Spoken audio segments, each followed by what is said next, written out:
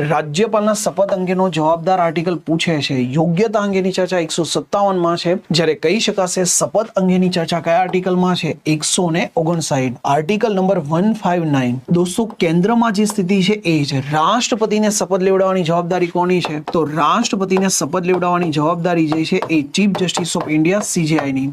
જો એમની ગેરહાજરી વર્તાશે તો આ કેસમાં હતું સુપ્રીમ કોર્ટના સિનિયર મોસ્ટ જજ વરિષ્ઠ ન્યાયાધીશની રહેશે. સેમ ઘટના રાજ્યપાલને શપથ લેવડાવવાની જવાબદારી કોની છે? તો સ્ટેટમાં કોણ આવી જશે? હાઈકોર્ટ. હાઈકોર્ટના કયા ન્યાયાધીશની રહેશે? મુખ્ય ન્યાયાધીશ. જો એ દિવસે ગેરહાજરી વર્તાય છે, કોની ગેરહાજરી વર્તાય છે? હાઈકોર્ટના મુખ્ય ન્યાયાધીશ. તો શપથ કોણ લેવડાવી દેશે? હાઈકોર્ટના વરિષ્ઠ ન્યાયાધીશ, હાઈકોર્ટના જે સિનિયર મોસ્ટ જજ છે એ લેવડાવી દેશે. તો આશા રાખું સરળ છે, અહીંયા કોઈ જ પ્રોબ્લેમ છે નહીં. જે પ્રમાણે કેન્દ્રમાં વ્યવસ્થા છે એ જ જગ્યાએ રાજ્યમાં છે. ખાલી ખાસ આર્ટિકલ તમે ધ્યાન રાખજો.